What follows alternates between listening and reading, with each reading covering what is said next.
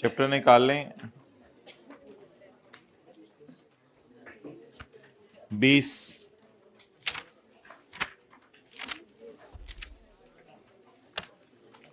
Chapter 20 में आए page 526 पे। चैप्टर 20 में पेज 526 पे लिखा हुआ है सबसे आखिर में देखें, A registered person can make sale to unregistered person, third last line, up to 10 million per person per month। तो एक अनरजिस्टर्ड बंदे को सेल कितनी हो सकती है हर महीने? 10 मिलियन पर मंथ पर पर्सन, और मंथ ही सीडी रहनी है। तो यानी अगर आपने दो बंदों को सेल करनी है 8-8 मिलियन की तो कोई हरज नहीं है जी। पेज नंबर 540 पे आ जाएं।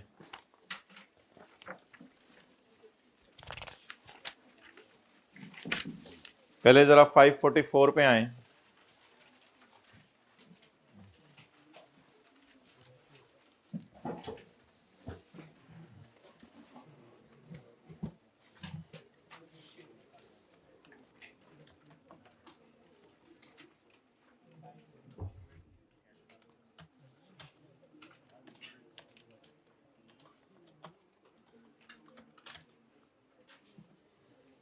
पेज 544 पे आके पेज 543 पे आए और फिर वापस पेज 544 पे आए और फिर 43 पे आके फिर 44 पे आ जाएं। उतनी देर में मैं भी पेज 544 पे पहुंच जाऊंगा। डिस्ट्रक्शन ऑफ गुड्स, साथ वाले की बॉल पॉइंट को तबाह कर दिया जाए नहीं। Where goods are return by buyer,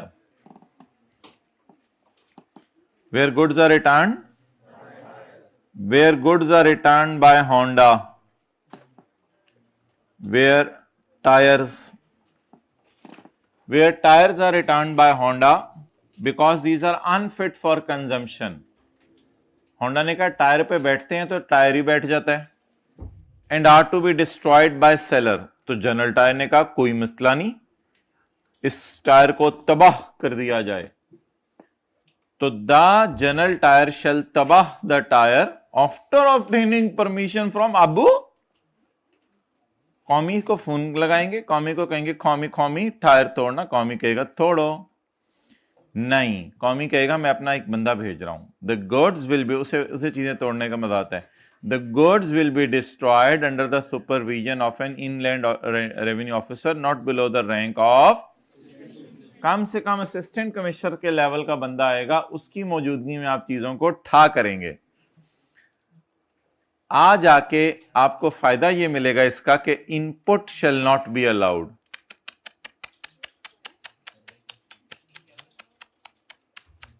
ड्रामे कमिश्नर तेरे से इजाजत भी ली, ड्रामे कमिश्नर असिस्टेंट कमिश्नर की सुपरविजन में भी तोड़ा, ड्रामे कमिश्नर एंड पे ये सुनना था, अस्तगफिरुल्लाह कैसे अल्फाज बोल रहे हैं हम। अच्छा, तो एंड पे ये सुनना था कि इनपुट माइनस करने की इजाजत नहीं है, कहते हैं बिल्कुल। लेकिन इसका एक फायदा जरूर होगा, अगर वो चीजें आप उनकी इजाजत के बगैर डिस्ट्रॉय करते तो वो सेल में डाल देते। वो इसको किस में डाल देते? वो फिर आपके लिए एक भयानक चीज होनी थी, क्योंकि आपकी चीजें बिकी नहीं है, आपको फिर टायर की मार्केट प्राइस के ऊपर 18% अपनी जेब से देना पड़ना था। उससे आप अल्लाह का शुक्र है बच गए। If goods are destroyed in above manner output will not be charged, ये बस फायदा होगा।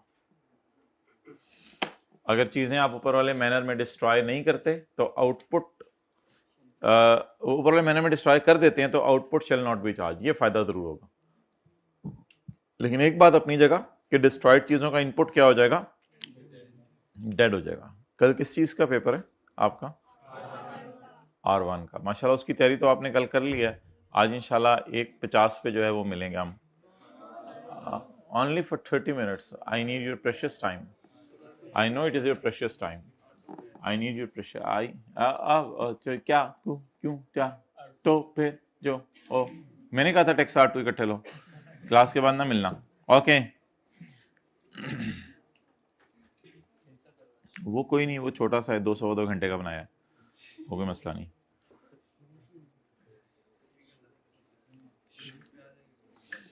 अच्छा जी, आ जाए पेज नंबर 540 पे।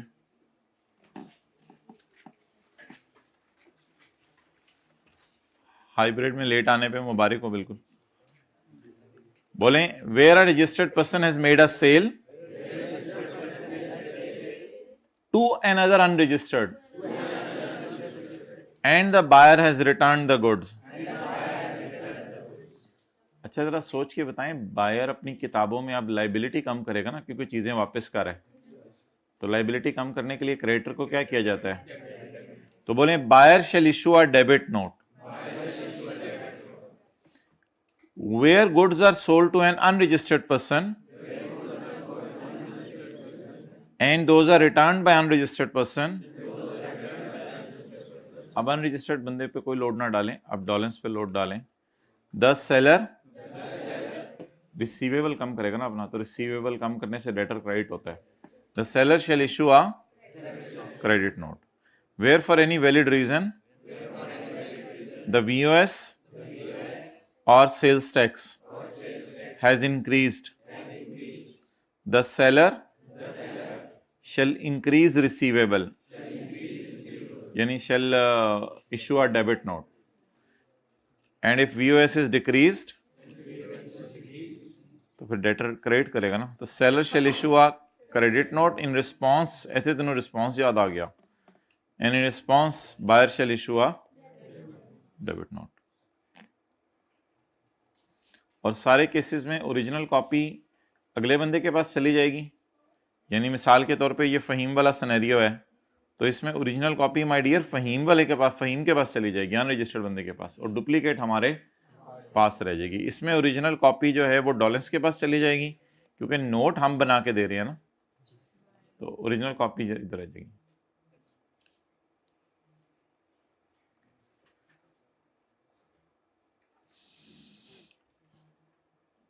रूल 22 में पढ़ाता हूं,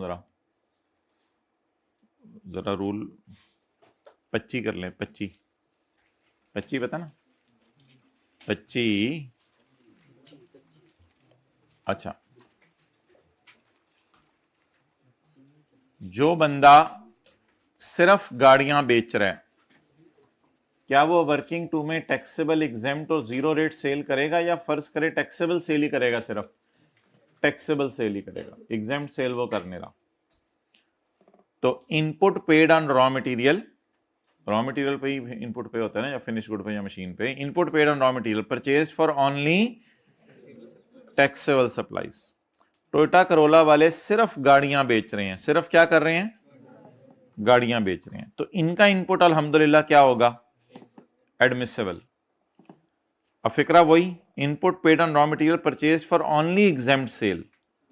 ओनली एग्जेम्प्ट सेल का मतलब है आपने वर्किंग टू खोली, वहां पे टैक्सेबल लिखी, जीरो लिखी, एग्जेम्प्ट लिखी, तो पता चला कि टैक्सेबल और जीरो है ही नहीं। एक बंदा सिर्फ कौन सी सेल कर रहा है, इसका तो न्यूमेरिकली मैंने नहीं खा आएगा कभी। तो एक बंदा अगर सिर्फ एग्जेम्प्ट सेल कर रहा है, तो उसका सारा का सारा इनपुट अल्हम्दुलिल्लाह क्या हो जाएगा? फारग हो जाएगा, shall not be admissible. Input of pages purchase by Taj company for exempt sale of Quran is not allowed. तो ये देखें 1 की एग्जांपल आ गई और ये 2 की एग्जांपल आ गई। तो टोयोटा गाड़ियों वालों का सारा इनपुट अलाउड है, और होली कुरान बेचने वालों का सारा इनपुट क्या है? डेड है। लेकिन हमें कौन से न्यूमेरिकल आते हैं जिसमें दोनों किस्म की सेल हो रही हो? बोले टैक्सेबल सेल भी हो रही हो, और the input tax for both exempt and taxable sale shall be a portion according to following formula. वो जो काली लाल की टोटे करते हैं, वो वाला फॉर्मूला दे रहे आप। तो वो टोटे कैसे करते हैं, थोड़ा सा रिवाइज करें आज। ये माय डियर वर्किंग टू है, कौन कौन सी सेल है? टैक्सेबल भी, और टैक्सेबल कितनी, एग्जेम्प्ट कितनी, टोटल कितनी? 18। इनपुट कितना? ये किस वर्किंग से आता है? वर्किंग 1 से काली मंगवा लिया हमने। इस 20 को डिवाइड करते हैं 80 से और मल्टीप्लाई करते हैं, तो जवाब क्या आया? 13, 20 डिवाइड बाई 80 जरा 30, क्या जवाब आएगा? 7 रुपए। बड़े हो जाए थोड़े से, क्या जवाब आएगा? 7 रुपए। 7 रुपए क्या हो जाएगा? डेड हो जाएगा।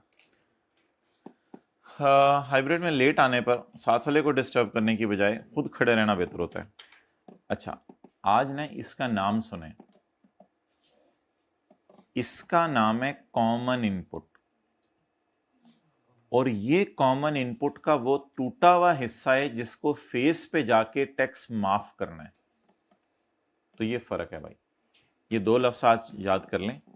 It is called as common input.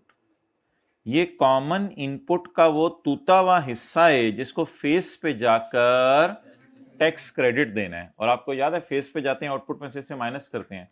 वो बात अपनी जगह के, कभी कभी 90% रिस्ट्रिक्शन की वजह से माइनस नहीं हो पाता, वो तो फिर अगला अलग बहस है। तो इसका नाम क्या है? Residual input. इसका नाम क्या है? इसका नाम क्या है? Residual input tax credit.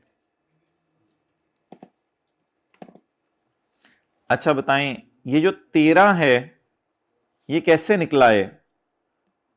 50 और 30 से हमने डिवाइड किया चीजों को, और ऊपर 50 रखा है और 20 को पकड़ा है, यानी 20 divided by 80 multiplied by is equal to 13। Done. What is the formula for calculating residual input tax credit from residual input? It is the formula. Any confusion तो देख लें, मुझे तो आसान लग रहा है।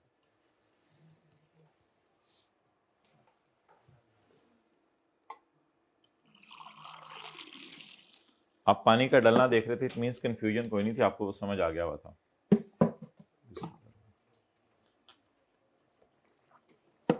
रशीद मैं तेनों की दसा, कल पड़ मैं लुट मचा छड़ी। ओए हो, मल्ले वाले भी कह रहे हैं आज मुंडा बाहर नहीं निकल रहा, बस जोर वेले एक बारी में निकले, असर मगरिब इशा वेले निकलिया, फिर सवेरे फजर वेले निकलिया। मैंने खाना भी कमरे से ही खा लिया, मैं ते लुट पा छड़ी पढ़ के, मैंने तो आप यकीन नहीं आ रहा सी, राती मैं ना पढ़ लिया। ओए हो, अल्हम्दुलिल्लाह। मैं तीनों नहीं दसना वा की पढ़िया।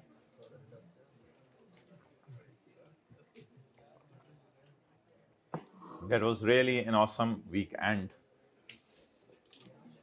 वैसे भी एक टाइम कोई नहीं रह गया, जनवरी फरवरी रह गया, मार्च से मेरे पेपर आ जाने।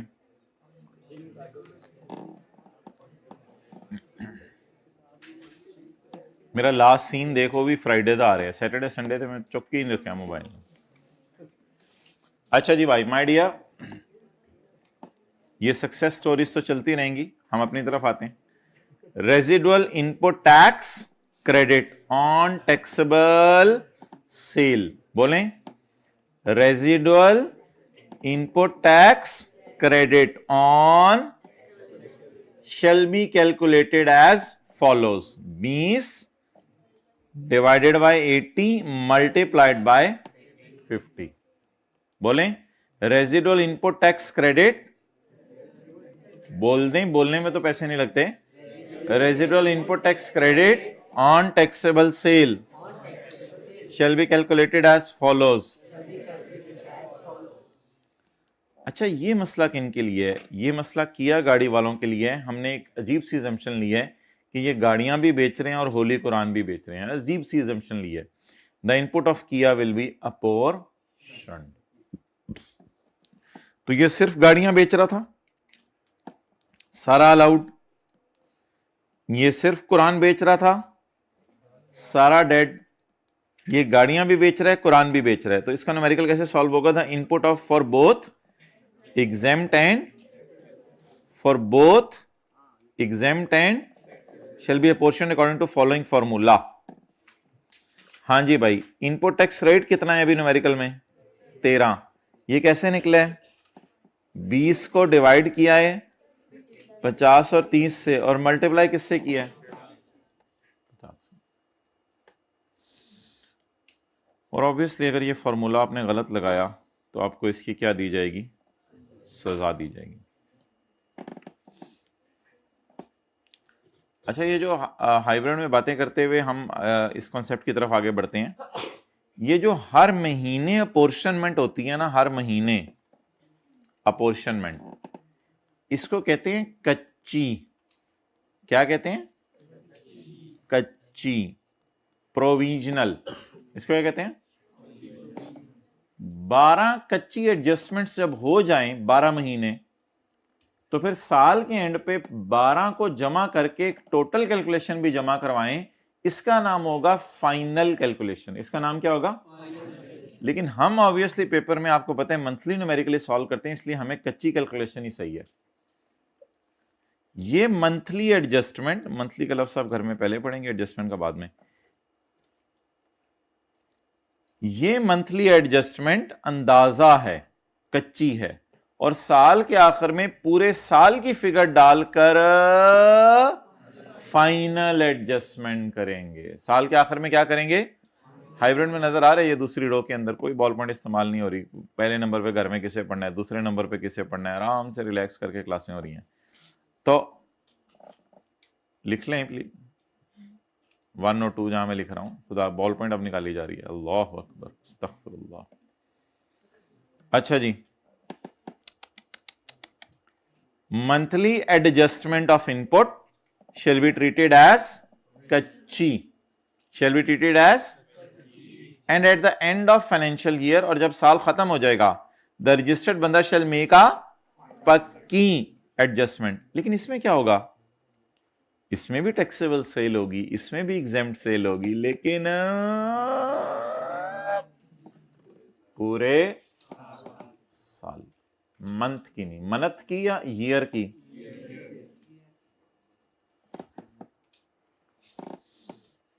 चलें, चैप्टर 4 खत्म हुआ, अपॉर्शनमेंट ऑफ इनपुट टैक्स। वापस आ जाए। ये सवाल आता है 2 नंबर का, बहुत ज्यादा सवाल आ रहा है। अच्छा, एक ना यहीं पे एक और चीज क्लोज करनी है यार, ये उसको वो पिछली दफा भी कहा था, इसको इधर ही डाल दो। अब ना आई कैप डेफिनेशन मांग रहा है, एक वो डेफिनेशन मांग रहा है पेज 545 वाली, पेज 545 वाली। इस चैप्टर के पहला सफे का नंबर क्या है? पहले सफे का 533। अच्छा, मैं अब आपको पेज 533 पे लेके जाने से पहले ये बताने लगा हूं कि आई कैप में जो सवाल आ रहा है वो ये आ रहा है, define residual input tax credit. ये तो 13 की डेफिनेशन पूछ रहा है, वो ये है, ये देखें पेज 545 पे लिखी हुई है। रेजिडुअल इनपुट टैक्स क्रेडिट की डेफिनेशन क्या है, वो यही लिख के आना होता है। एक ये मांग रहा है डेफिनेशन, एक वो डेफिनेशन मांग रहा है व्हाट इज रेजिडुअल इनपुट। ये अब मेरे से समझिएगा क्या है, ये रॉ मटेरियल, फिनिश गुड्स या मशीन का वो इनपुट है जो ऐसे बंदे के लिए है जो सिर्फ टैक्सेबल सेल नहीं कर रहा या सिर्फ एग्जेम्प्ट सेल नहीं कर रहा। यानी फिर कितने किस्म की सेल कर रहा है? दोनों सेल कर रहा है। तो ये इनपुट उस बंदे के लिए है जो टोयोटा करोला नहीं है और जो ताज कंपनी, बल्कि जो किया है, ये उसके लिए है। आप जाएं पेज 533 वाली डेफिनेशन पढ़ें।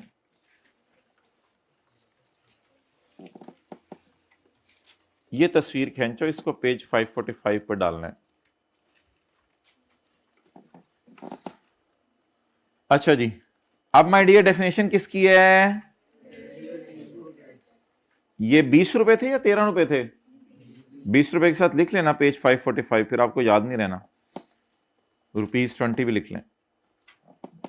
Residual input tax is the tax paid on raw material, components, capital goods. Capital goods तो 2 ही है ना, मशीन है और electronic cash, being used for making both taxable as well as। इस 20 की खासियत क्या थी? इस 20 की खासियत क्या थी? बस बस बस बस बस बस बस, ये खासियत थी। इस 20 की खासियत ये थी, यूज्ड फॉर बोथ। भाई आपको देख के लग रहा है मुझे गर्मियां आ गई, टोपी किधर गई? Used for both taxable as well as exempt cell.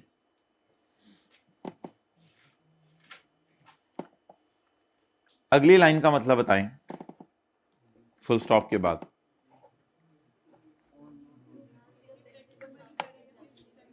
जो बंदा ओनली टैक्सेबल सेल कर रहा है उसके लिए तो ये सेक्शन, ये डेफिनेशन नहीं मैंने बनाई, कहते हैं जो बंदा सिर्फ कुरान बेच रहा है उसके लिए भी मैंने ये डेफिनेशन नहीं बनाई। तो फुल स्टॉप के बाद बात आसान है, लेकिन बच्चे समझते नहीं, घर जाके कंफ्यूज होते हैं, और कंफ्यूजन जेन्युइन है, पता नहीं किस बार समझ नहीं आती है लाइन क्या लिखी हुई है। लाइन तो बहुत आसान है, कहते हैं जो बंदा सिर्फ और सिर्फ टैक्सेबल सेल कर रहा है उसके लिए ये डेफिनेशन नहीं है, और जो बंदा सिर्फ एग्जेम्प्ट सेल कर रहा है उसके लिए भी ये डेफिनेशन, क्योंकि उसका इनपुट कॉमन है ही नहीं, उसका तो इनपुट पता है किसका किसके लिए है। तो मेरे ख्याल से अगर हम लिखना चाहें तो बोथ में हमने किया लिया था अभी थोड़ी देर पहले नीचे, और ओनली टैक्सेबल में हमने टोयोटा लिया था, और ओनली एग्जेम्प्ट में हमने ताज कंपनी ली थी जो कुरान बना रही है।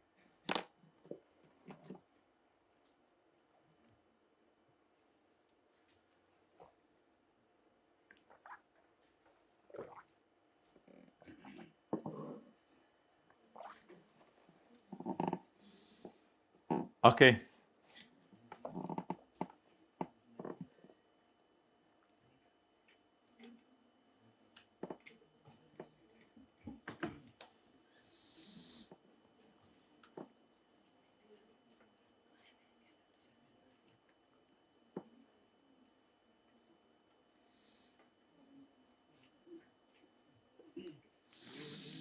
Okay, come on page 542।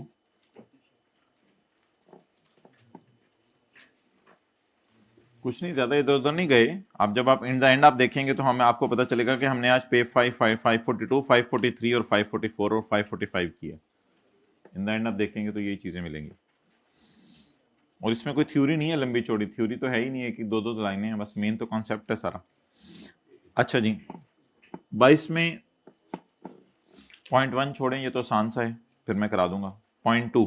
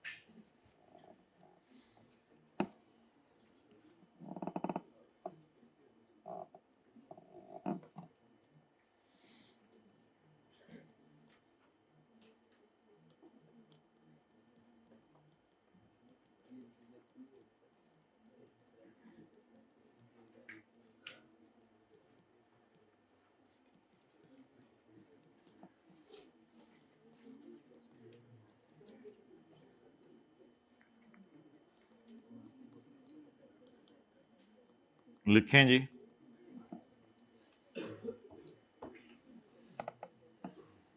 जो मैंने हाईलाइट किया उससे लिखें।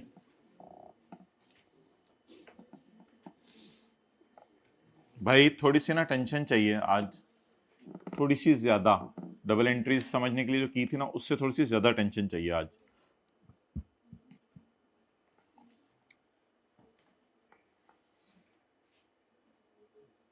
और जिन लोगों ने ये टेंशन नहीं दी थी पिछली दफा, तो उसने एक डब्बा बना के सवाल पूछा है, उसमें फिर बच्चे ब्लैंक हो गए थे, and it was very easy question. Okay,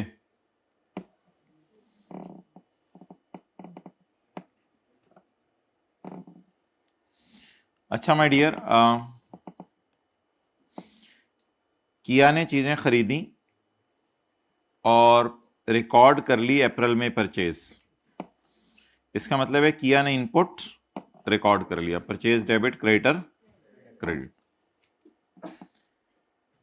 किया ने इस महीने में क्या रिसीव की होगी? इन voice from Dawlance. In voice तो हमने पिछले चैप्टर में पढ़ी थी, सेक्शन 23। तो बोले किया गया चीजें खरीदने डॉलेंस से, किया गया चीजें खरीदने डॉलेंस से, तो डॉलेंस से गया एसी लेके आ गया और बिल लेके आ गया, बस इनवॉइस लेके आ गया। बाद में किया को चीजें पसंद नहीं आई तो किया ने इनको क्या कर दिया? वापस कर दिया। किया रिटर्न द गुड्स। अब बता दें किया अल्हम्दुलिल्लाह हमें पता है कि रजिस्टर्ड बंदा है, तो ये कौन सा वाला सिनेरियो है? तो बोले where registered person has made a sale and such sale is cancelled by buyer, the buyer shall issue a debit note. मुझे तो लग रहा है कि आपकी परचेज कम हो रही है। परचेज कम हो रही है ना? परचेज कम करने का मतलब क्या है? इनपुट क्या हो जाएगा आपका? कम हो जाएगा, ऐसे ही है ना? Kia return the goods as per rule 20 का 1 जो हम लोगों ने पढ़ा था लास्ट क्लास में। Now Kia will issue uh, Kia will reduce input. Purchase कम होगी तो क्या कम होगा? We are debiting creditor so we will issue debit note. इस बात को छोड़े परे, वी विल रिड्यूस इनपुट। क्यों रिड्यूस करेंगे इनपुट? बल्कि छोड़े परे, एंट्रीज आपने क्या करनी? तो जब परचेज बढ़ रही थी तो बताएं जल्दी, जब परचेज बढ़ रही थी तो इनपुट बढ़ रहा था, जब परचेज रिटर्न हो रही है तो इनपुट क्या होगा? कम होगा। अब माय डियर एक फिक्रा बनाते हैं।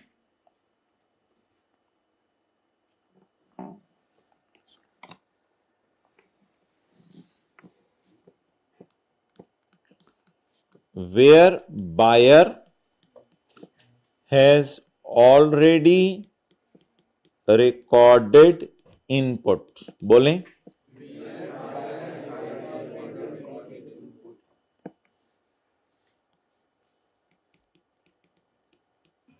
अब बोलें where buyer has already claimed input। किस महीने में?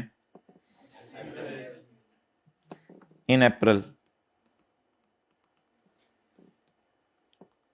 he will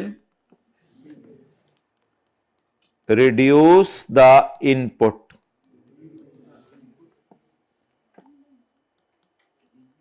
in the month in which debit note. अच्छा, डेबिट नोट किसने इश्यू करने ये नहीं यहां लिख के आया करना। इन the month in which debit note is issued. Where buyer has already claimed input, he shall reduce the input with the amount mentioned in debit note। किस महीने?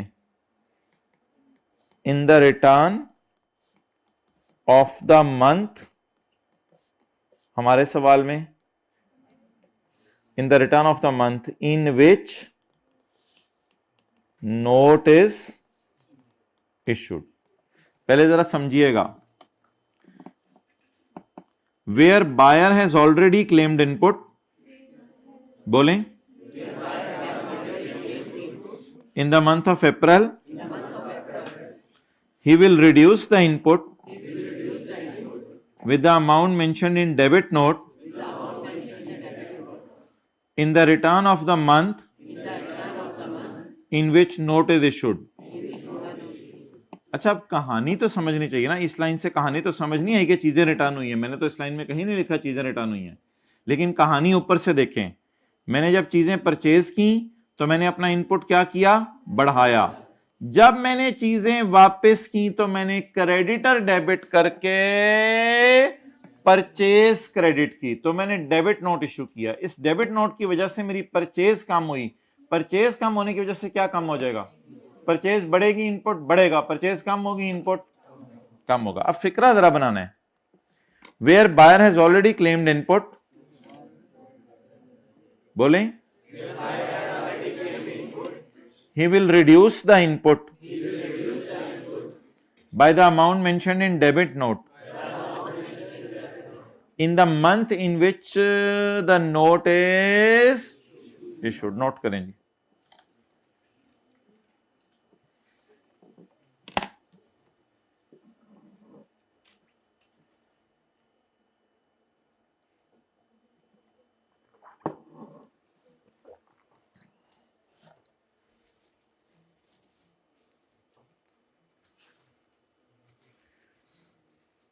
भाई लेक्चर 95 का पार्ट भी ले लिया है जिसने हमने थ्योरी के पास पेपर्स किए थे। बार बार मैं एम्फसाइज कर रहा हूं आपको।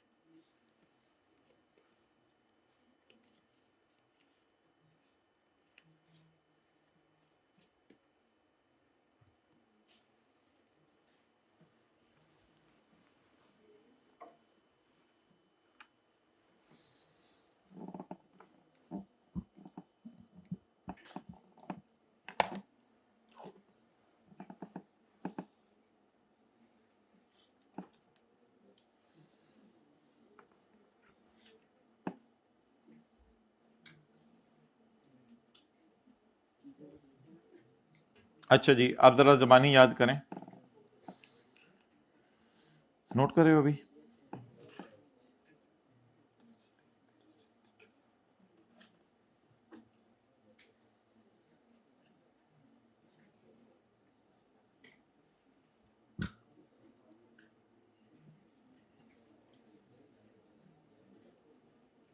Okay. Where the buyer has already recorded purchase, किस महीने में परचेज रिकॉर्ड की थी? अप्रैल में। ही शेल रिड्यूस परचेज, बोले with the amount mentioned in debit note. अब कहानी जरा सोचें, चीजें खरीदी थी, परचेज बड़ी थी, चीजें वापस कर दी, परचेज पहला वाला सिनेरियो, दोनों बंदे क्या हैं? रजिस्टर्ड। अब सोचें, where the Kia has already recorded purchase, Kia shall reduce purchase with the amount mentioned in debit note in the return of the month in which note was issued। अब कुछ इस तरह की बातें रह गई हैं, इंक्रीज, क्रेडिट नोट, ये इस तरह की कुछ बातें रह गई हैं, तो ये जरा करें सवाल।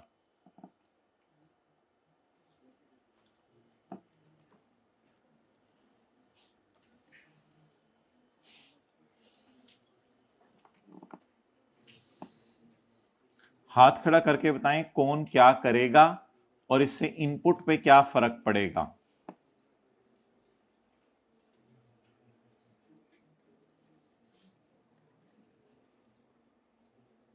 जी हाइब्रिड में कोई और जिन्होंने कल बोला था, पहले फीमेल हाइब्रिड में बता दें, कोई और माइक पकड़ के जिन्होंने कल बोला था उनके अलावा।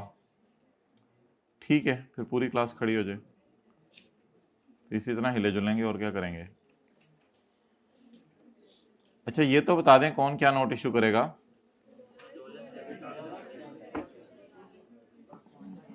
अजीब लोग हैं, बोलते भी नहीं है, चुप करो जरा क्या में।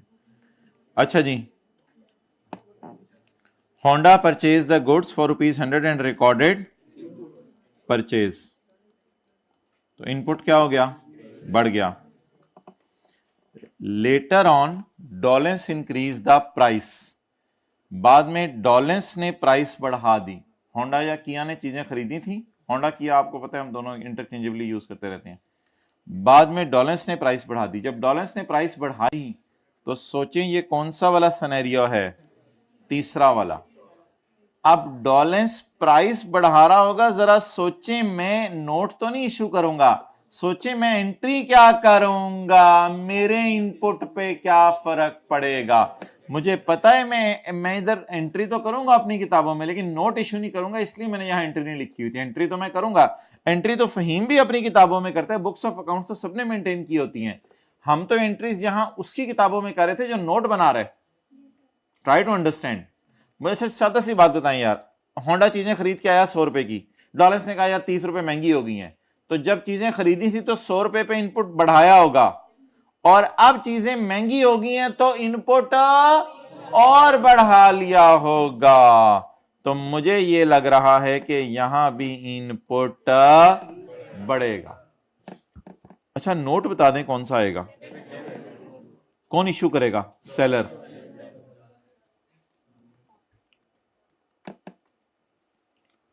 अल्लाह अकबर। पहले मैंने आपको डेबिट नोट की मिसाल रिड्यूस के साथ कराई थी, अब मैंने आपको डेबिट नोट की मिसाल इंक्रीज के साथ करा दी।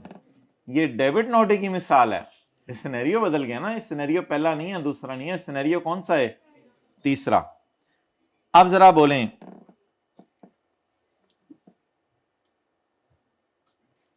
Where buyer has already recorded purchase,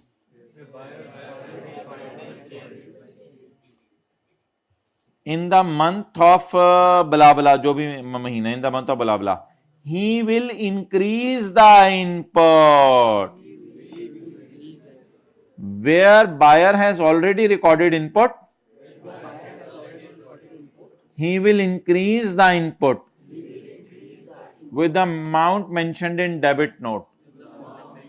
यार इस अंग्रेजी के अंदर एक मसला है, ये अंग्रेजी सिनेरियो नहीं बता रही कौन सा है। ये जो अंग्रेजी लिखी है ना लॉ मेकर ने 2 लाइनों में, ये सिनेरियो नहीं बता रही कौन सा है।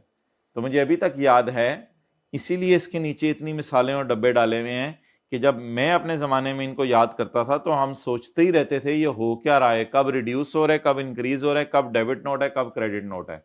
तो इसकी हर एक की मिसालें अलग अलग हैं।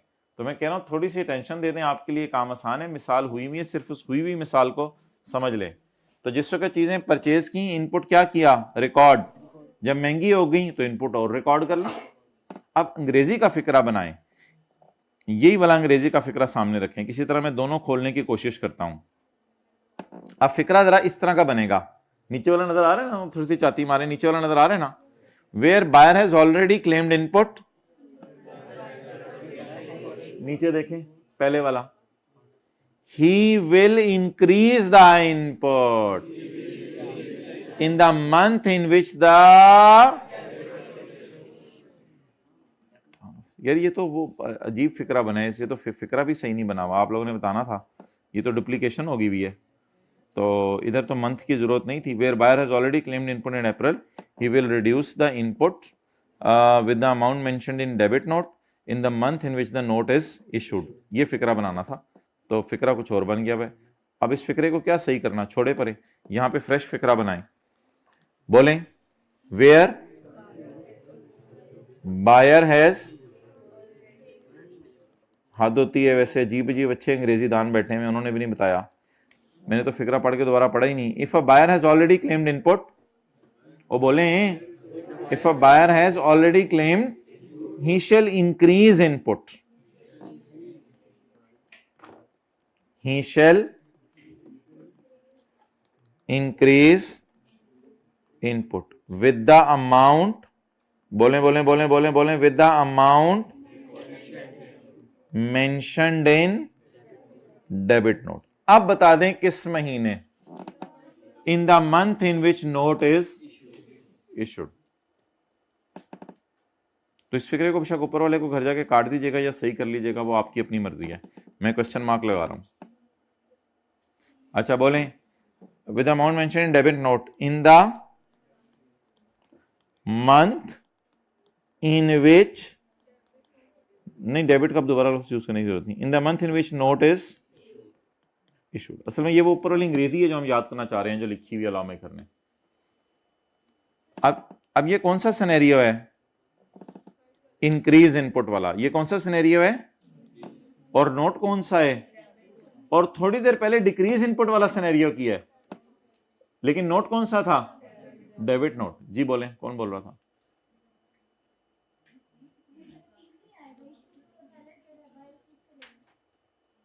ये इशूड के आगे उसने बाय नहीं लिखा हुआ, इधर देखें सारे लोग, इशूड के आगे उसने बाय नहीं लिखा हुआ कि इशूड बाय अस या बाय अदर पर्सन, इसलिए लॉ मेकर ने इशूड का लफ्ज लेके गुजारा चला दिया।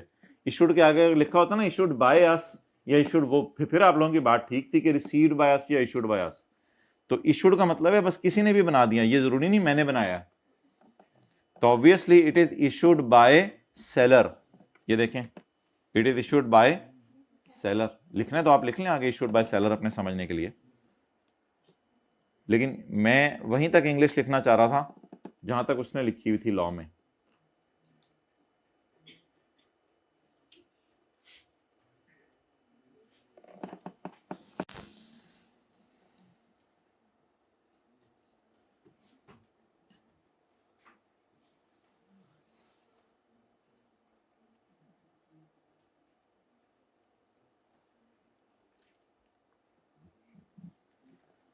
अच्छा जी, अब सादा सी बात बताएं यार, सादा सी बात, मैं चीजें परचेज करके आया 100 रुपए की, फर्ज कर लें इसमें सेल्स टैक्स नहीं है तो इस पर 18% लगाना पड़ेगा अलग से, तो परचेज रिकॉर्ड करूंगा। फिर अगले महीने उसने कहा नहीं यार ये चीज 30 रुपए महंगी है, मैंने तुम्हें कहा था इसका बिल अभी फाइनल नहीं है, बिल अगले महीने फाइनल करूंगा। अब बोलें where buyer has already recorded input for a purchase, he shall increase the input with the amount mentioned in debit note in the month in which note is issued. आखिरी दफा बोलें, where buyer has already recorded input, he shall increase the input. असल में वो cell बढ़ा रहे हैं ना, तो मैं परचेज बढ़ाऊंगा। where buyer has already recorded input for a purchase, क्या था वो, हाँ, he shall increase the, मैं अल्फाज असल में वही रखना चाह रहा हूँ, कॉन्सेप्ट तो आप भी दे सकते हैं। he shall increase the input with the amount mentioned in the month in which note is, मैंने माना यहाँ पे ये बंदा क्रेडिट हो रहा है, लेकिन नोट इशू करने की जिम्मेदारी इसकी है ना, में से लिखा हुआ आगे सारा। Now Dolens will issue a debit note, किया विल इंक्रीज द, ओ किया कितों आ गया, या उत्ते किया करो या थले किया करो, पता नहीं की कर रहे हो, उत्ते फिर किया कर दो, किया विल, ये गलती भाई सही करवाओ, किया will increase the input with the amount mention in debit note received, फिर buyer has already recorded input, ये वाली मैंने आप लोगों वाली बात इनकॉर्पोरेट की हुई है जो आप लोग सवाल पूछ रहे थे। अच्छा, where buyer has already recorded input, he shall increase the input by the amount mentioned in debit note. चलें जी, अब मैं मोहतरम आखिरी ट्राई में आपको दे रहा हूं, आप लोग फिक्रा बनाएं।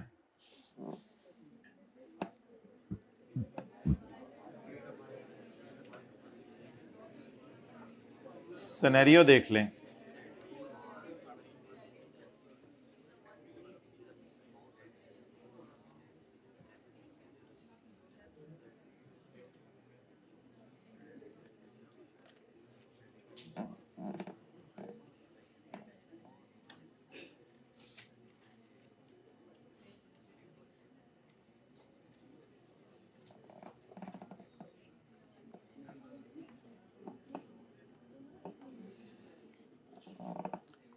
परचेज बढ़ाने से इनपुट क्या होगा,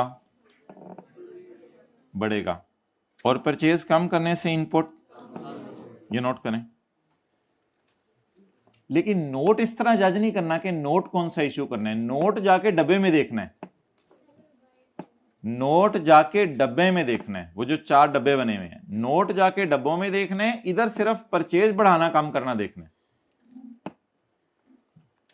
बता दें जी, होंडा ने चीजें परचेज की 100 रुपए की, और क्या रिकॉर्ड किया, इनपुट, बाद में डॉलेंस ने उनकी प्राइस कम कर दी, तो अब होंडा का इनपुट भी कम हो गया। अब फिक्रा बनाएं, where buyer has already claim input he shall reduce the input with amount में, मतलब पहले वाला नोट बोल दें, पहले वाला नोट बोल दें, जरा अच्छी प्रैक्टिस हो जाए। विद अमाउंट, पहले तो इसकी जिम्मेदारी है ना, एक्नॉलेजमेंट को जरा छोड़ें, थोड़ी देर के लिए एक्नॉलेजमेंट को पॉज पे लगा दें, एक्नॉलेजमेंट के जरिए भी चल सकते हैं, लेकिन leave the acknowledgement for the time being. बोलें, if a buyer has claimed input he shall reduce the input with the amount mentioned in credit note in the month in which the note is issued। इनको उठा दें, इनको उठा दें, शुक्रिया। Okay,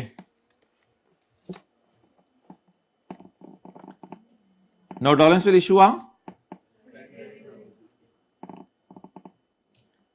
अच्छा, अब मेरे माय डियर, ये असल में मेन चीज है।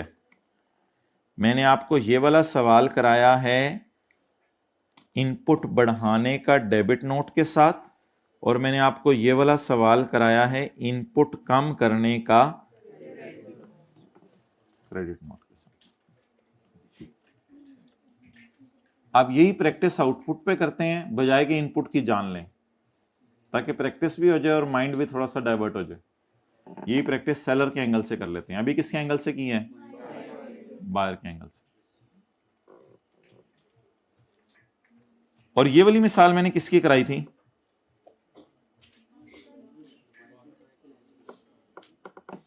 ये वाली मिसाल मैंने कराई थी डेबिट नोट और रिड्यूस इनपुट।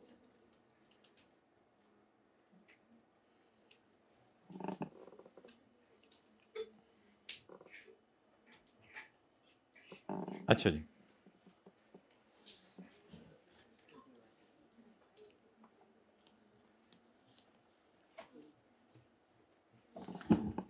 माय डियर, सितंबर में डॉलेंस ने चीजें बेची 70 रुपए की।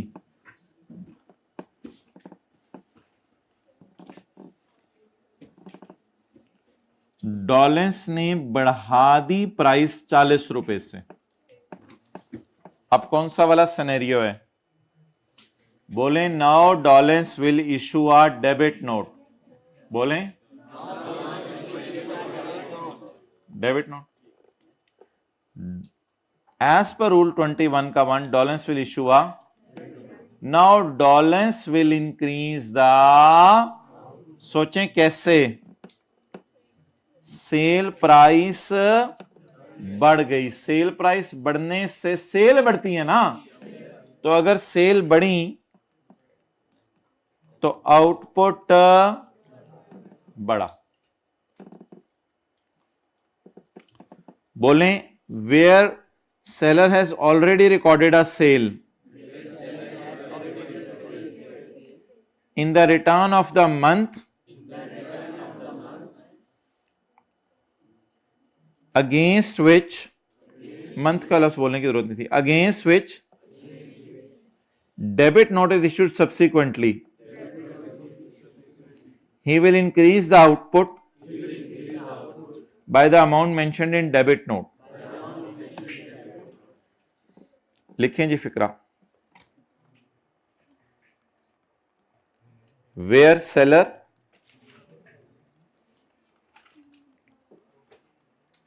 has already recorded output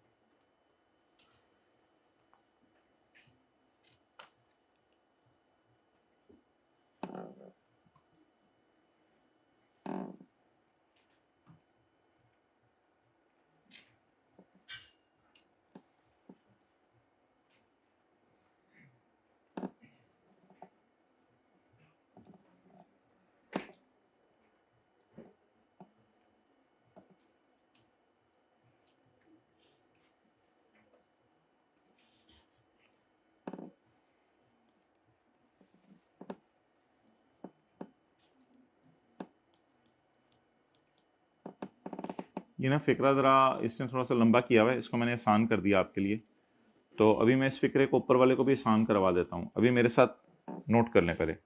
where seller has already recorded output for a purchase या फॉर अ सप्लाई? सप्लाई। ही में, अब ये फिक्रा और पिछला फिक्रा सेम हो गया। ही में, बोले बोले बोले बोले बोले, ही में increase the output by amount mentioned in debit note in the month in which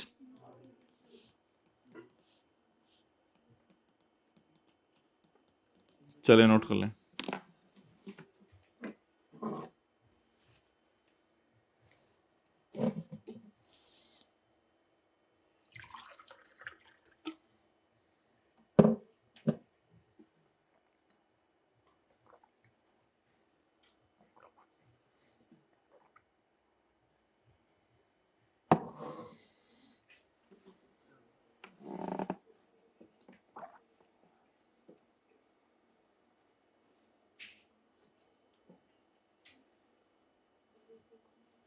बस अब हम क्लोज कर रहे हैं, इट्स एनफ फॉर टुडे। अब याद करने वाला जरा थोड़ा ही है, 8-10 लाइनें होंगी। चलें जी, ये लॉ का फिक्रा सही करें, लॉ का फिक्रा आसान करें, अपने लिए आसान करें।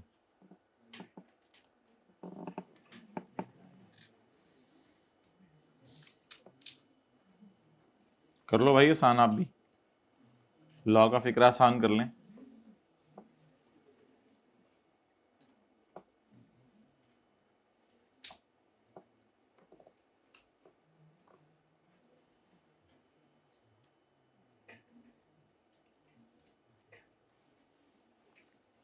चलें जी, let's read it out. Where seller has already recorded sale, he may increase the sale by the amount mentioned in debit note. लेकिन आउटपुट का लफ्ज बोलना है। Where seller has already recorded output, he may increase the output with the amount mentioned in debit note in the month in which note is issued. Where seller has already recorded output for a supply, he may increase output by amount mentioned in debit note in the return of the month in which note was issued. अच्छा, एक छोटी सी मिसाल अब करनी है हमने reduce की, इसमें आप हाईलाइट कर लें। इंक्रीज आउटपुट की मिसाल कराई है डेबिट नोट के साथ। जी, इसका कोई फिक्रा बनवा सके?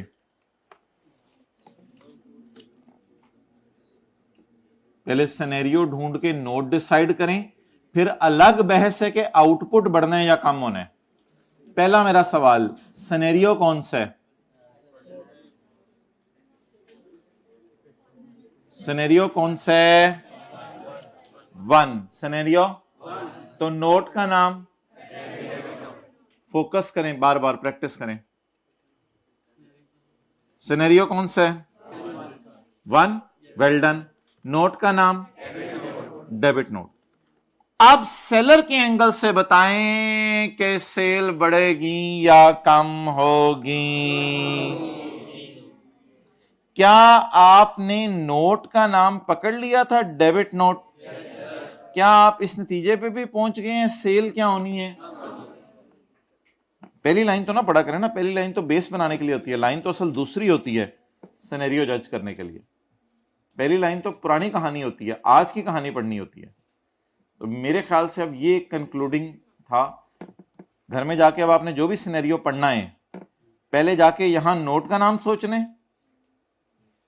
फिर सोचने के सेलर के लिए अगर चीजें वापस आ रही हैं तो सेलर अपनी सेल को कम करेगा। अब फिक्रा क्या बनेगा? Where seller has already recorded a sale, he may decrease the sale by the amount mentioned in debit note ही है खैर by the amount mentioned in फिक्रा बन गया जरा नीचे देखें now Kia will issue a Dolens will decrease the output with the amount mentioned in फिक्रा क्या बनेगा where a seller has already recorded output he shall ये फिक्रा बनेगा फिक्रा अब मैं नहीं बनवा रहा तो ये डिक्रीज आउटपुट की मिसाल हो गई अच्छा अब इस पॉइंट 2 और 3 पे घर में कितना टाइम लगेगा 10 मिनट में समझ आ जाएंगे दोबारा पढ़ के बस कोशिश कर लीजिएगा मैं कहता यही करवाना है आपसे बस अच्छा मुझे ये बता दें इसमें आखिरी लाइन क्या लिखी हुई है if goods are return by बुरा बच्चा if goods are return by the adjustment can be made only on पता चल गया ना if goods are return by the adjustment can only be made with the issued by seller बोलें if goods are returned by बुरा बच्चा the adjustment can be made on the basis of credit note issued by seller ये फिक्र है ना तो ये किस सिनेरियो की बात कर रहे हैं सिनेरियो 3 माशाअल्लाह सुभान अल्लाह इन्ना लिल्लाह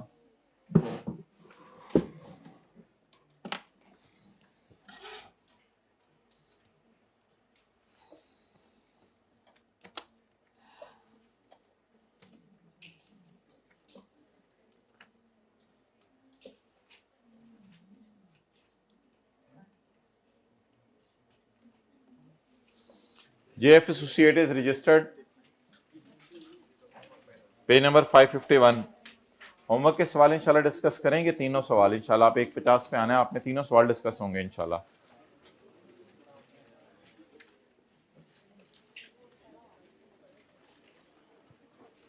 आज हमने सुबह सुबह क्या पढ़ा था डिस्ट्रक्शन ऑफ गुड्स उसके बाद क्या पढ़ा था वो इनपुट याद है 20 रुपए 13 रुपए और उसके बाद ये 2 लाइनें पढ़ी हैं बस 2-2 करके 4 कर लो यार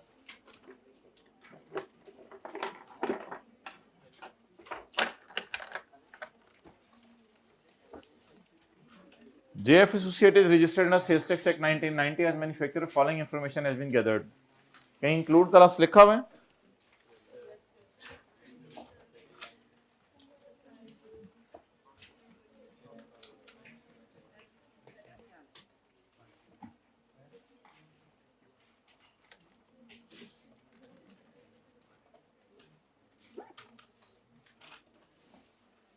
भाई टेस्ट का जो सवाल था सैटरडे को जो टेस्ट हुआ था वो कितने लोगों का 100% सही होगा इंशाल्लाह पिछले से पिछले अटेम्प्ट का सवाल था बिल्कुल 100% सही होना चाहिए न्यूमेरिकल में तो कोई जरा बराबर भी गुंजाइश नहीं है एरर की अच्छा JF Associate registered under sales tax act 1990 कितने बंदों का सवाल था 3 बंदों का चलो शुक्र है टेस्ट दिया फॉलोइंग इंफॉर्मेशन है इंक्लूड किसमें मसला है भाई टेस्ट देते हुए पता चला है टेस्ट 12 में कि आप लोगों को पता ही नहीं चल रहा कौन सी चीज को सेल में डालना है कौन सी चीज को परचेज में डालना है सेल को परचेज में डाला हुआ है परचेज को सेल में डाला हुआ है तो भाई जहां सेल या परचेज का लफ्ज आ रहा हो वहां भी पता चल जाता है नहीं तो कैश रिसीव्ड का मतलब हो तो परचेज सेल है और कैश पेड का मतलब हो तो इस तरह तो ना करें ना कि आप सेल को परचेज में डाल रहे हो परचेज को सेल में डाल रहे हो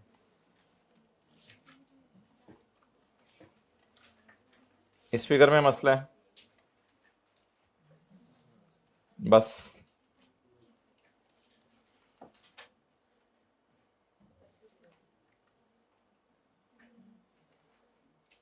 चलें लेट्स स्टार्ट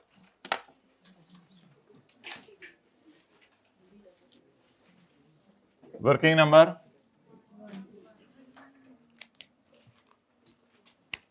हाँ जी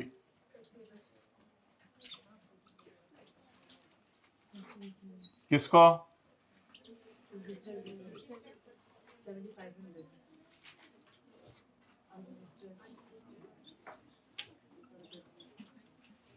हाँ जी बोलें।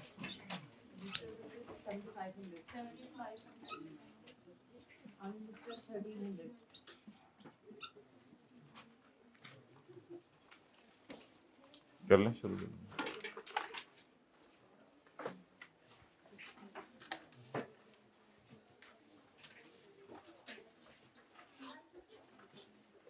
क्या चीज?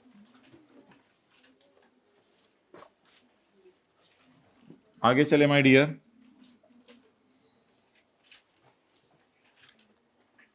Exam goods to working number.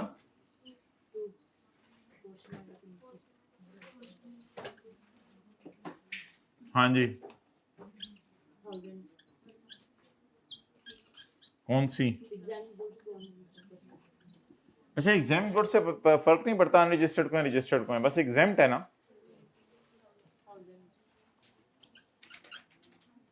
0 rate.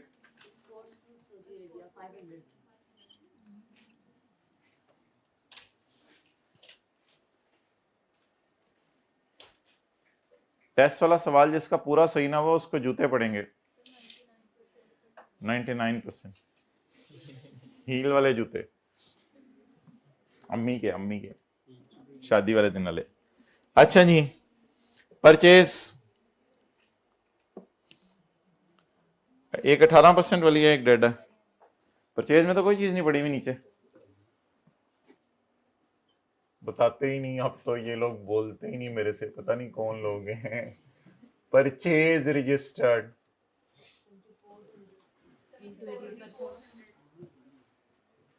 हाँ जी 1 आगे की करना है की करना है इनएडमिसिबल लिखा करें आगे।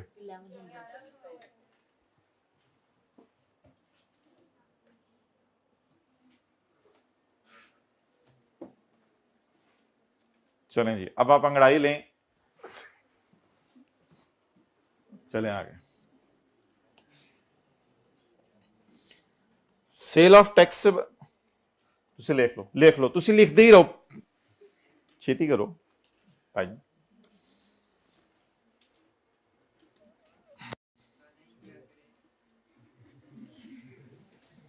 इस तरह नहीं किया करें, वो देखिए इतनी स्लो स्पीड में लिख रहा है। अच्छा point number 1 sale of taxable goods to registered person include sale to Ghalib. Ghalib तो मर नहीं चुका, सॉरी गालिब मरहूम। टू गालिब कॉर्पोरेशन, उसके बच्चे आप कारोबार चला रहे हैं, of goods worth ₹2,25,000। Contract for sale has been अल्हम्दुलिल्लाह साइंड, बट कोई बिल इशू नहीं हुआ, कोई डिलीवरी नहीं हुई और कोई पेमेंट नहीं आई, तो बोंगे फिर सेल में क्यों डाला है? निकाल दें मेरे ख्याल से। अच्छा सेल रिकॉर्ड होती है जब पैसे आ जाएं या जब डिलीवरी हो, विच एवर इज अर्लियर। पैसे आए, डिलीवरी हुई ना, डिलीवरी हुई ना पैसे आए, लेकिन हमने क्यों डाल दिया सेल में? शायद साइन हुआ है। हाँ अगर ये हायर परचेज एग्रीमेंट होता, चीजें किस्तों पे बेचते, तो फिर इसको सेल में डाल देते। कहीं ये हायर परचेज एग्रीमेंट नहीं है, तो साइन होने पे सेल में डाला जाता है या पैसे और डिलीवरी में से अर्लियर? तो साइन हुए हैं सिर्फ। हाँ सेल टू गालिब ऑफ 225। हाँ ज्यादा जोर नहीं लाना भाईजान, गालिब आ गए तो फिर आपने भाग जाना है। अच्छा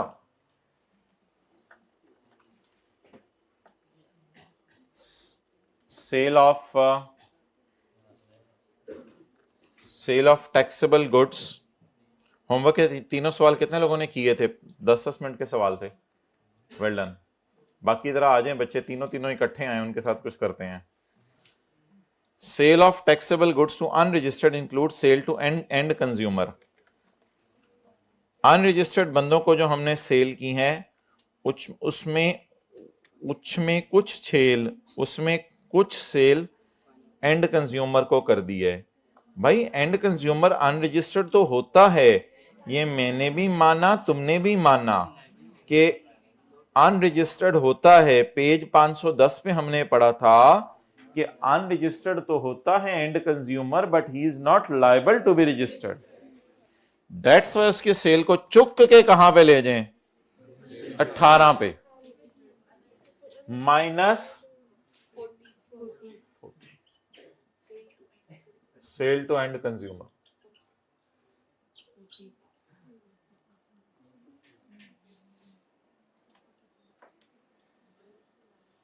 ऊके का है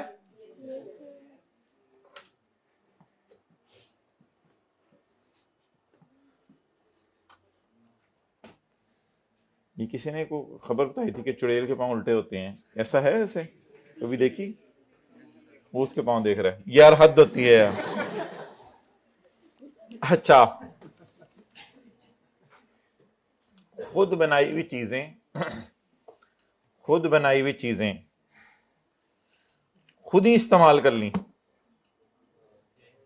खुद बनाई हुई चीजें खुद ही इस्तेमाल कर ली,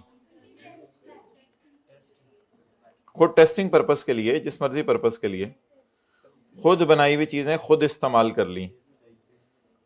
अच्छा भाई, होंडा वाले खुद गाड़ी बनाएं खुद ही इस्तेमाल कर लें तो भी सेल में जानी है। डॉलेंस वाले खुद एसी बनाएं और खुद ही उसको अपने दफ्तर में लगा लें तो भी सेल में जाना है, याद रखिएगा। पेज नंबर 504 पे हमने पढ़ा था कि प्रोड्यूस्ड गुड्स को यूज कर लिया अपने ही बिजनेस में, ये है supply. Supply means a sale and also includes putting to business use of goods produced। देखें, putting to business use of goods produced, putting to business use of goods produced. हाँ जी, बनाई हुई चीजें अपने ही बिजनेस में इस्तेमाल कर ली, ये क्या है? सेल है। कौन सा पेज है? रॉ मटेरियल की बात फिर कभी करेंगे, पेज 504। क्या करें? Supply on use, business use, बल्कि यूज्ड इन बिजनेस। पूरी बात वैसे लिखनी चाहिए, on produced goods used in business.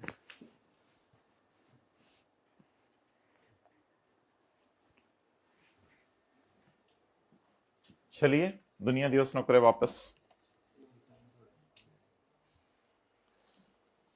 JF issued a debit note to Hali brother to rectify a mistake in sales invoice। हमने डेबिट नोट इशू किया अपनी cell invoice सही करने के लिए। इसका मतलब क्या है? हम सेलर हैं या बायर हैं? बायर हैं। JF issued a debit note to Hali to rectify a mistake in our sale invoice। तो इसका मतलब है वी आर, हम सेलर है ना, वी आर सेलर। अच्छा, सेलर डेबिट नोट कब इशू करता है, जरा ढूंढ लेते हैं।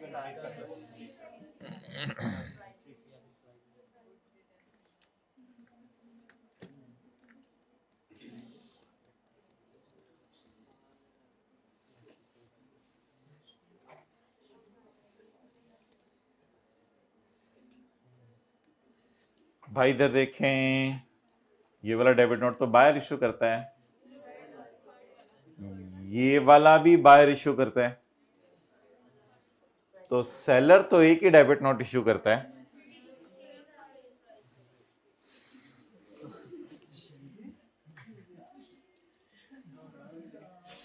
हाइब्रिड वालों, सेलर तो एक ही डेबिट नोट इश्यू करता है, तीसरा वाला। तो आप बता दें क्या करें, सेल बढ़ा दें, सेलर सेल बढ़ा दें।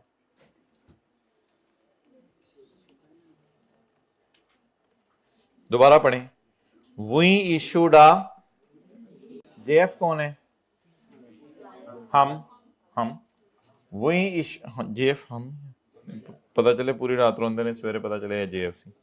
We issued a debit note to rectify mistake in our, अच्छा हम कौन है, सेलर, सेलर ने डेबिट नोट इशू किया। सेलर कौन सा डेबिट नोट इशू करता है, इसका मतलब है सेल बढ़ाना चाह रहा था, तो सेल बढ़ानी है, तो सिनेरियो कौन सा है, तो सेलर क्या करेगा, सेल बढ़ाएगा। बढ़ा दें जाके, पहले नोट कर लें, ये मैंने लिखा है वी आर सेलर, अगर किसी को नजर ना आ रहा हो, अजीब सा लग रहा है, we are seller. Third scenario, seller is equal to sale increase, seller sale बढ़ाएगा।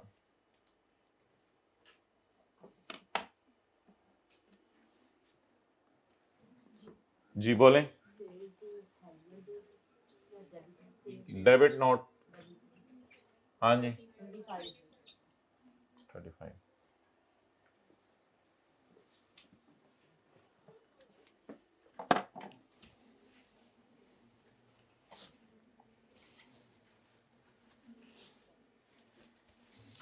अगली एडजस्टमेंट एक दफा क्लास में करवा दी हुई है,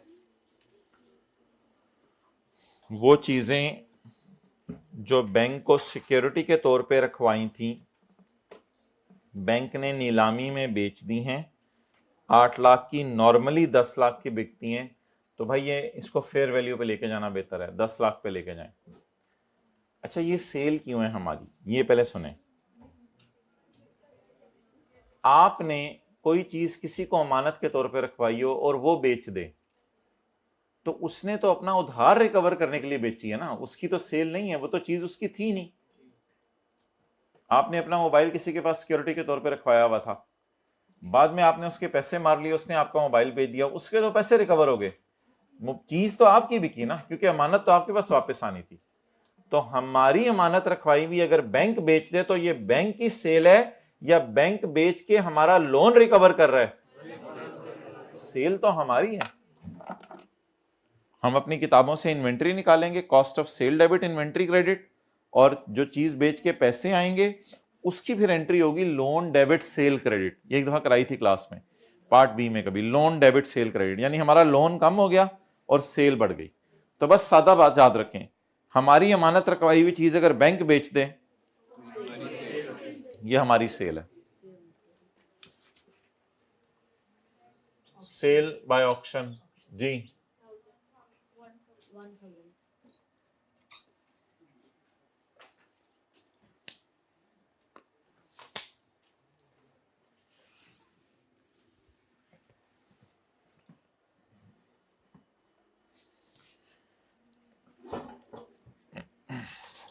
ये वाली एडजस्टमेंट थी होमवर्क में माय डियर, बाकी भी बोलें, ये वाली एडजस्टमेंट थी होमवर्क में। चलें ठीक है, इसको डिस्कस करें। ऑडिटर्स ने मशवरा दिया है कि आधा स्टॉक ऑब्सोलीट और एक्सपायर हो गया है, तो उसकी प्रोविजन बना लें। उसकी, जैसे डेटर की प्रोविजन नहीं बनाते थे कि डेटर के भागने का डर है, तो इसकी भी प्रोविजन बना लें, एनआरवी लॉस टाइप चीज समझ लें, कुछ समझ लें, तो प्रोविजन बना लें कि इतना स्टॉक गल सड़ गया है। ये वैसे जुलाई के महीने से हमारे पास पड़ा हुआ है, वैसे इससे कोई फर्क नहीं पड़ता जुलाई से पड़ा हुआ है यार, स्टॉक तो पुराने पुराने भी पड़े होते हैं, और इनपुट अल्लाह का शुक्र है इसका जुलाई में रिकॉर्ड हो गया हुआ है। मुझे बताएं, चीजों के गलने सड़ने पे सेल में डाला जाता है या चीजों के बिकने पर सेल में डाला जाता है? सोच के बताएं, मैं इसे सेल में क्यों ना डालूं। एक चीज है, मिसाल देता हूं, एक चीज है, मैं मिसाल देता हूं, देखें इधर, मार्च में मैंने 100 रुपए की खरीदी, अप्रैल में खराब हो गई, मई में वो 80 रुपए की मैंने सस्ती बेच दी। मेरे भाई सेल्स टैक्स का कानून कहता है इधर परचेज में डाल दो, इधर सेल में डाल दो, बस बात खत्म। ये कोई वो तो नहीं हमें टेंशन की लॉस आ जाएगा, ये हो जाएगा, वो हो जाएगा, बस ठीक है। 100 रुपए पे हुकूमत टैक्स हमसे ले चुकी है परचेज के टाइम पे, और 80 रुपए पे जब रिकवर होगा तो नेट हमें वापस मिल जाएगा क्योंकि चीज सस्ती बिकी है। ये अलग बात है। मेरा सवाल यह कि इस महीने क्या करना चाहिए, अभी तक जो हमने लॉ पढ़ा है आपको उसके मुताबिक क्या करना चाहिए इस मौके पे? कुछ भी नहीं करना चाहिए। परचेज तब रिकॉर्ड होती है जब चीजें खरीद लें, सेल तब रिकॉर्ड होती है जब चीजें बेच दें। पड़ी पड़ी खराब हो जाए, ऑडिटर आके मशवरे दें, ये तो ऑब्सोलीट हो गया है, ये तो एक्सपायर हो गया है, इसने तो कुछ भी दे के नहीं जाना, ये तो ये है, ये तो वो है। हाँ, अकाउंटिंग के टीचर फिर एनआरवी लॉस रिकॉर्ड करें तो उनकी मर्जी है, लेकिन याद रखिएगा पड़ी पड़ी चीज का खराब होना हमारे सिलेबस में नहीं है। हाँ, अगर उसको डिस्ट्रॉय कर दें वो फिर किसी दिन आपसे बात करेंगे। डिस्ट्रॉय वाला जो सेक्शन पढ़ा था वो अलग सेक्शन है। आप बताएं भाई, ऑडिटर्स ने क्या मशवरा दिया है कि 3.5 लाख में से आधा स्टॉक जो है वो खराब हो जाना है। वो हो जाएगा तो देख लेंगे। प्रोविजन का क्या मतलब होता है? हो गया या हो जाना है?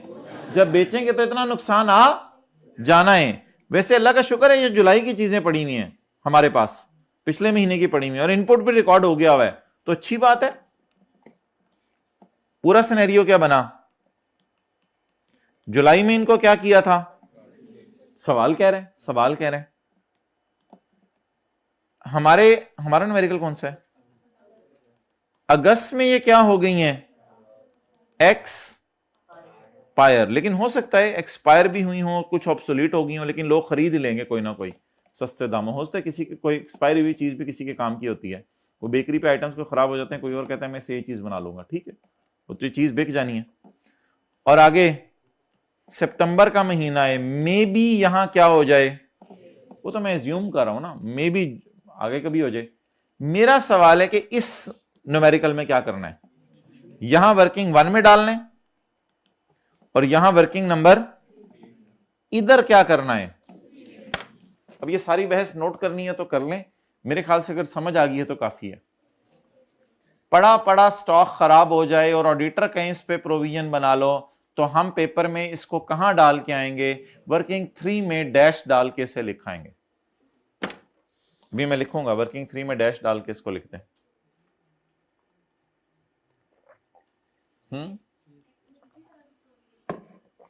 नहीं, सेल्स टैक्स में तो कोई नहीं है। इनकम टैक्स में भी प्रोविजन बनती थी, उसे हम उल्टा देते थे और एक्चुअल खर्चा माइनस करते थे।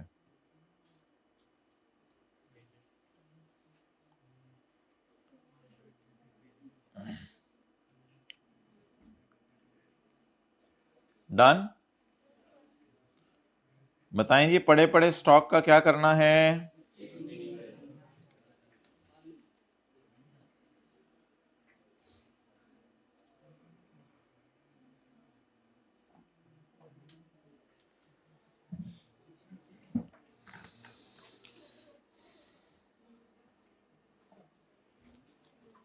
जी, प्रोविजन बनाइए। क्या करें? डैश डाल दें, प्रोविजन आगे लिख के। It is not a supply, लिख दें ब्रैकेट में लिखें पेपर में, नॉट अ सप्लाई।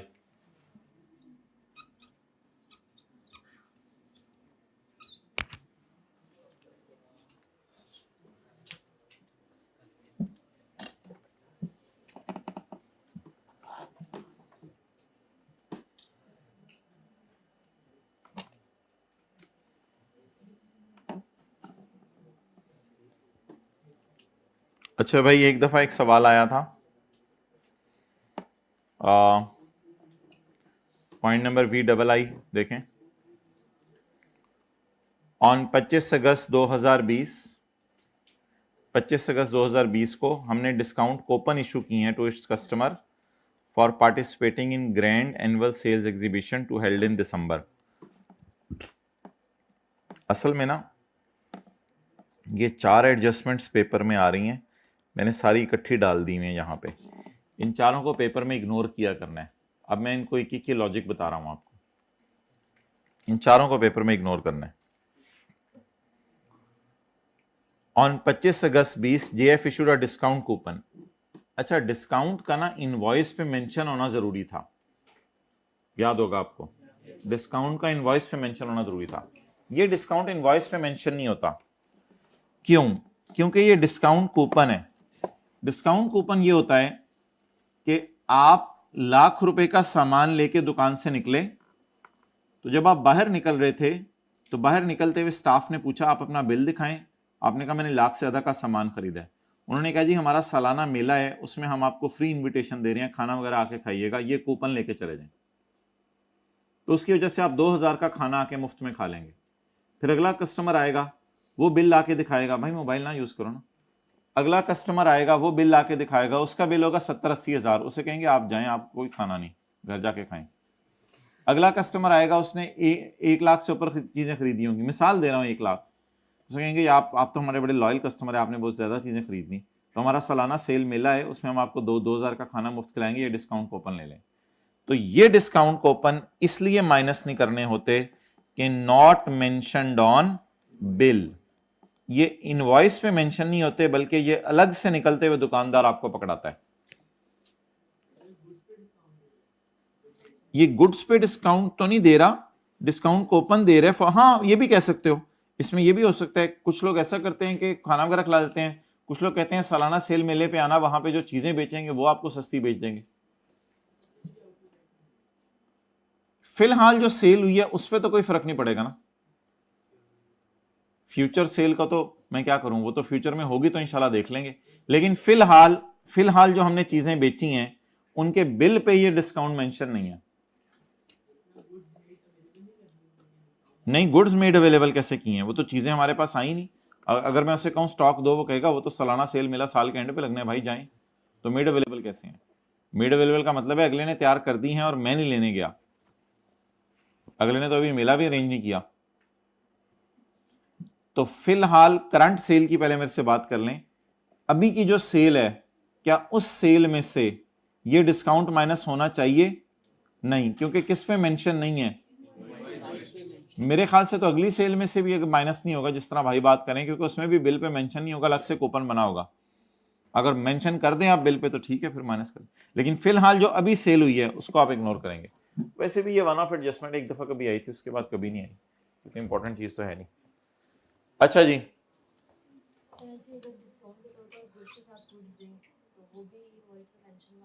बस इनवॉइस पे मेंशन होना जरूरी है, जो डिस्काउंट भी इनवॉइस पे मेंशन कर दें वो ठीक है। लेस डिस्काउंट कूपन्स नहीं, लेस नहीं करने। जगह खत्म तो नहीं होगी? चलिए आगे। ओके,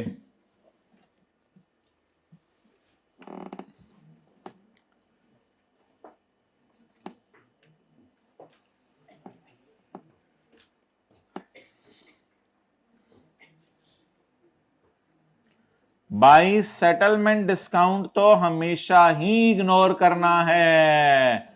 सेटलमेंट डिस्काउंट होता है कैश डिस्काउंट। सेटलमेंट डिस्काउंट क्या होता है? डिस्काउंट।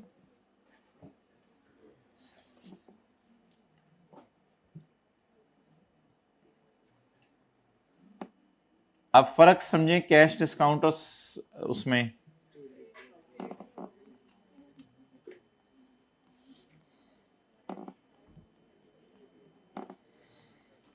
एक होता है ट्रेड डिस्काउंट और एक होता है सेल डिस्काउंट, उसको सेम ही मतलब है। एक होता है कैश डिस्काउंट जिसे सेटलमेंट डिस्काउंट कहते हैं, अर्ली पेमेंट की वजह से।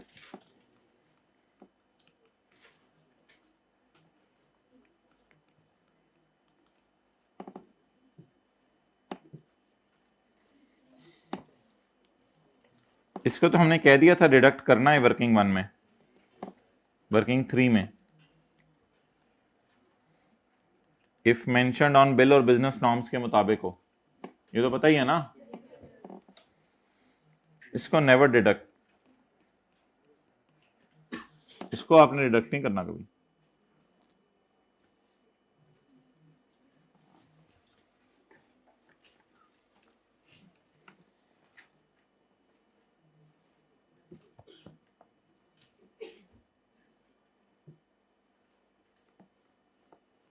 असल में वजह वही होती है कि ये जो कैश डिस्काउंट है ये बिल पे मेंशन नहीं होता। वजह वही होती है, ये बिल पे मेंशन नहीं होता। क्यों?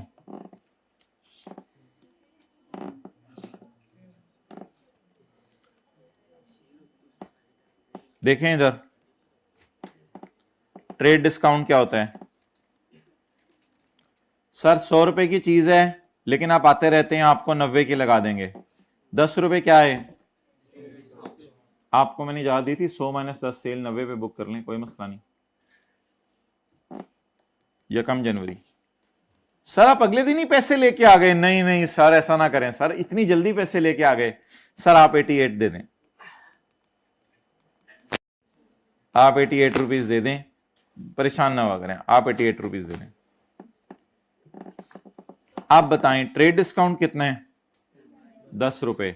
और कैश डिस्काउंट? सेल किस पे बुक होगी? इन दोनों एग्जांपल्स में से बता दें वीओएस क्या है? 90 या 90 - 2? कौन सा डिस्काउंट माइनस करने की इजाजत है? चले जी नोट करें। पहला वाला कौन सा था? ये याद रहेगा, 100 को काट के मैंने 90 किया, इसका मतलब क्या है? सर आप हमारे पास चीज लेने आए हैं, आप तो आते रहते हैं, आपको 100 वाली चीज कितने की लगा देते हैं? 90 की। इस 90 को, इस 10 रुपए को क्या कहते हैं? ट्रेड डिस्काउंट या सेल डिस्काउंट।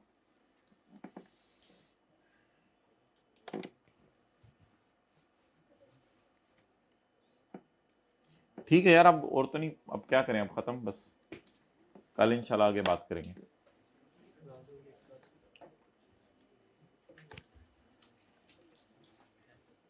अच्छा इसको लिख लेना, क्या करें?